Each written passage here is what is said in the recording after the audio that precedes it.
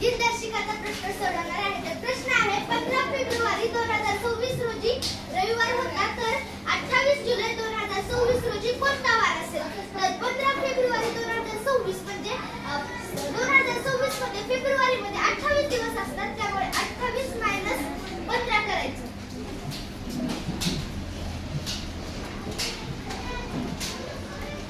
आलं 13, मग इथं 13 घ्यायचं.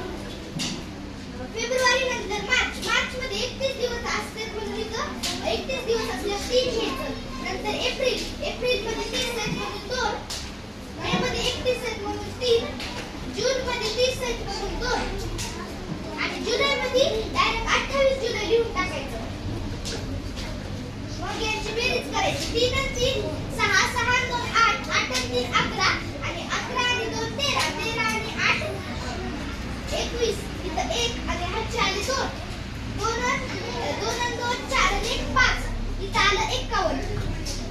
इथं आपण 51 घेतलं आणि भागवले 7 करायचं, कारण एक आठवड्यात 7 दिवस असतात. 7 7 49.